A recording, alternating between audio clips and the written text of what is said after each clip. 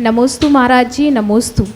महाराज जी, मेरा प्रश्न है, जब कर्म उदय में आते हैं तो आपके परिणाम जो हैं वो अशांत हो जाते हैं, और शास्त्रों में लिखा है जब परिणाम अशांत होते हैं तो स्वाध्याय करना चाहिए और मंदिर आना चाहिए। लेकिन जब मन विचलित होता है तो ना स्वाध्याय में मन लगता है ना मंदिर आने का, तो इसका क्या उपाय मिलना चाहिए?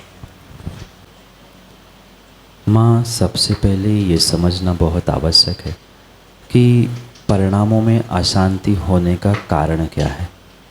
कर्मोदय ये तो अंतरंग कारण हो ही गया, पर निमित्त क्या बन रहा है और वह अशांति कितने हद तक है। मतलब अगर टेम्पर बहुत चढ़ा हुआ है और चरम सीमा पर, मतलब बहुत अधिक परिणामों की अशुद्धि है, परिणाम अशांत है, तो आप चाहे स्वाध्याय कर लो, भगवान का नाम लो, कुछ भी वहाँ होने वाला नहीं है। क्योंकि तीव्र कर्मोदय में किसी जीव का कोई पुरुषार्थ कार्य नहीं होता। इसलिए ये ध्यान रखें कि हमारी परिणामों की अशांति या संक्लिष्टता कितनी इंटेंसिटी की है। अगर बहुत इंटेंसिटी की है तो उस समय पे मात्र शांत बैठना यही बहुत बड़ा पुरुषार्थ हो सकता है। क्योंकि आचार्य ने ये भी लिखा है कि अगर तीव्र परिणामों की उथल पुथल हो रही है तो ऐसे समय में ग्रंथ को स्पर्श करना भी उचित नहीं है। क्योंकि कई बार ऐसा देखा गया है कि बहुत दिमाग खराब होता है अशांत परिणामों से, तो जिनवाणी खुलती है और कुछ हमारे विपरीत पढ़ने में आता है तो फाड़ के अलग करते हुए भी कई जीवों को देखा जाता है। तो इसलिए हमारी परिणामों की अशांति की इंटेंसिटी कितनी है, हमारी जो भीतर की उद्वेलितता चल रही है वो किस कारण से है, किस निमित्त से, ये समझते हुए ही उसके उपाय, उनके तरीकों को समझने का प्रयास किया जा सकता है कि उससे कैसे बचा जा सकता है। और रही बात अगर मंदिर में आने की, प्रभु के सामने बैठने की, तो वहाँ तो किसी प्रकार से कोई धोखा है ही नहीं है। कितनी भी इंटेंसिटी के परिणाम खराब क्यों ना हो, भले ही मन लगे ना लगे, पर ये पक्का है कि द्रव्य, क्षेत्र, काल और भाव ये ऐसे होते हैं दूसरे के कि जिसके कारण से हम भी प्रभावित होते। मतलब मंदिर में पहुंचने से भले ही तुरंत हमारे परिणाम शांत नहीं हो पा रहे हैं, पर अगर हम कुछ देर शांति से बैठने का प्रयास भी करेंगे तो 10, 15, 20, 50 मिनट में अपने आप परिणाम बदलने की पूर्ण संभावना है।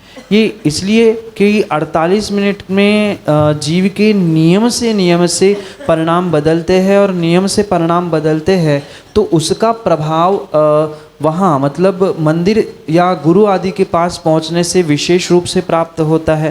अगर वही 48 मिनट में परिणाम नहीं सुधर पा रहे हैं, मतलब भगवान के पास नहीं पहुँचे और वहाँ नहीं सुधर पा रहे हैं, तो अन्यत्र और भी कषाय बढ़ने की या परिणाम बिगड़ने की संभावना होती है। इसलिए प्रभु के पास पहुँचने में किसी प्रकार से दोष नहीं है। स्वाध्याय नहीं हो रहा है, कोई बात नहीं, कोई स्तोत्रपाठ मत पढ़े, कुछ नहीं करे, मात्र भगवान को एकटक देखने का प्रयास करे। ये भी मत विचार करें कि हमारे परिणाम खराब हो रहे हैं, हम जाए कि नहीं जाए। मंदिर पहुँचे, प्रभु को मात्र उनकी वीतराग मूर्त को पुनः पुनः एकटक देखने का, समझने का, उनकी आकृति से, उनकी वीतराग मुद्रा से कुछ ग्रहण करने का प्रयास करें। ये भी बहुत बड़ा स्वाध्याय है। उनकी आँखें, उनकी हाथ, उनके कान, उनके नाक जो हमें उपदेश दे रहे हैं, समझना भी अपने आप में बहुत बड़ा अपने परिणामों को शांत करने के लिए निमित्त बन सकता है। क्योंकि भगवान एक ऐसा द्रव्य है, मंदिर एक ऐसा क्षेत्र है जहाँ की वर्गणाएँ हमें वह प्रभावित करती है और हमारे लिए बहुत अच्छे से परिणामों की शांति के लिए निमित्त बन सकती है। इसलिए भले ही स्वाध्याय कर पाए अथवा ना कर पाए, मंदिर पहुंचकर भगवान को देखना, उनका दर्शन करना, ये एक बहुत अच्छा उपाय हो सकता है। यही आपके लिए सम्यक समाधान।